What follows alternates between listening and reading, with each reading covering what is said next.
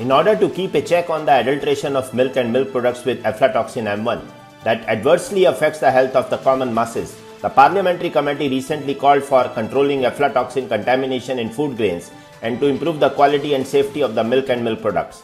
The recommendation to the Food Safety and Standards Authority of India came after the committee noted that mycotoxin found in mold contamination of food grains continued to cause various human diseases. The department-related Parliamentary Standing Committee on Health and Family Welfare, headed by Professor Ram Gopal Yadav, submitted its 126th report on demands for grants 2021-22 earlier this month. Some Aspergillus species contains aflatoxin, which are mycotoxins. Ingested aflatoxin B1 is metabolized into carcinogenic aflatoxin M1 in dairy cows, which is then extracted by milk, posing a health risk to consumers such as causing cancer, abdominal pain, vomiting, hepatitis, impaired growth in children, and also death after acute exposure to high concentration in food.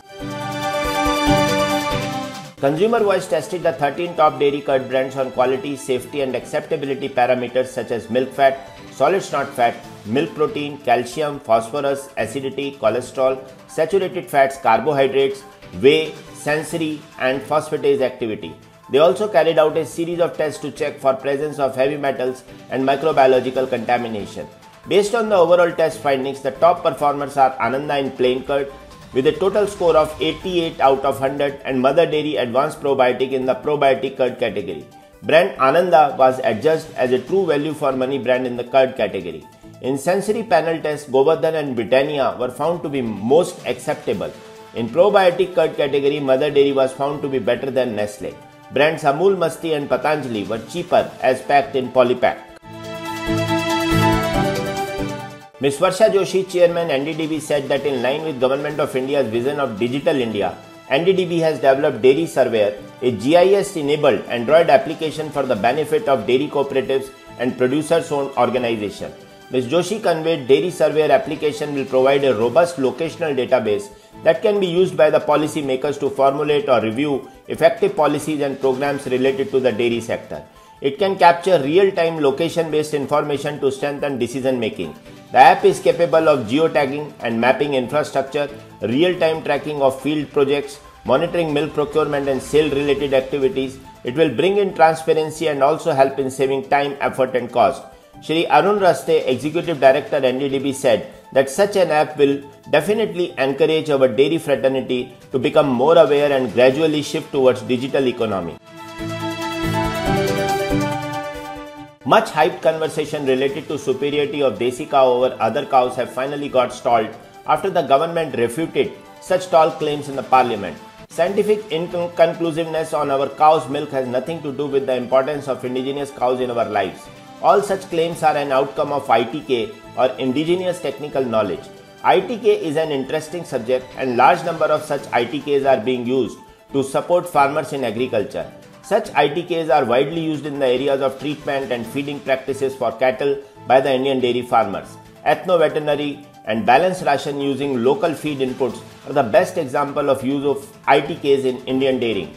Wong, 1988, defined ITK as the sum total knowledge and practices which are based on people's accumulated experiences while dealing with situations and problems in various aspects of life, and such knowledge and practices are special to a particular culture.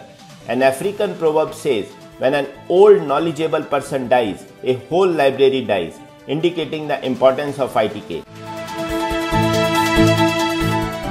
The Animal Husbandry Department is looking at creating cow factories in which embryos and semen from superior breed cattle fertilized in labs will then be implanted into low productive cows owned by farmers.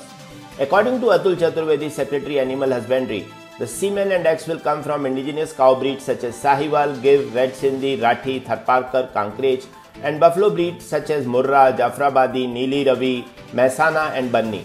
The Animal Husbandry and Fisheries Department had sanctioned 31 laboratories to clone cows in 2019, Chaturvedi said, adding that 17 of them are functional as of now.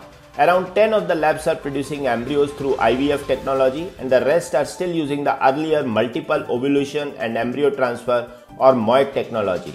Right now, the average cost of IVF technology is 30,000 per cow, which is expensive, but with private players in the market and the government's added incentive, the average cost would be rupees 20,000 per calf. Chittoor, being one of the leading milk producing districts, has transported 7 crore litres of milk from Renigunta Junction to New Delhi in the current financial year. Through the dedicated Doodh Duronto specials which the South Central Railway has been operating on a daily basis since July 15, 2020, the milk is being transported to meet the increasing demand. This was the highest ever transportation of milk since its commencement in 2011-12. Around 2 to 3 crore litres of milk could be transported in each financial year, which has gone up to 4.4 crore litres in 1920. The COVID-19 lockdown in April 2020 proved to be a challenge for the authorities to transport the milk as all passenger trains were stopped. Doodh Duronto special was being operated on par with Mail Express trains, and the 2300 km distance between Renigunta and Hazrat Nizamuddin is covered within a short time of 30 hours. Global dairy prices moderated at auction on March 16. After a huge lift at the start of March, the global dairy trade price index was down 3.8%, wiping out only a small portion of the 15% rise at the March 2nd auction. The auction results point to increasing volatility in world prices, with the whole milk price down 6.2% following a 21% increase in the previous auction. Disruptions to global shipping and trade are driving some of the demand, as buyers particularly in China look to ensure they have adequate supplies. Tuesday's night's auction saw rises in the lactose index up by 8.6% and anhydrous milk fat index up by 3.7% and the skim milk powder index up by 0.7%. The other big mover in the March 2 auction, the butter index, took a small hit, down 2.8%. Mr. Keel, an expert, said aggressive Chinese purchases continued to fuel the strength in prices. Mr. Penny, another expert, said prices had posted gains of 25% or better since the start of the year. Thanks for watching Dairy News 7x7 channel with news update from last 7 days. To continue receiving update from this channel, I, Kuldeep Sharma, request you to subscribe this channel and share and like the video, and also don't forget to press the bell icon. Thank you.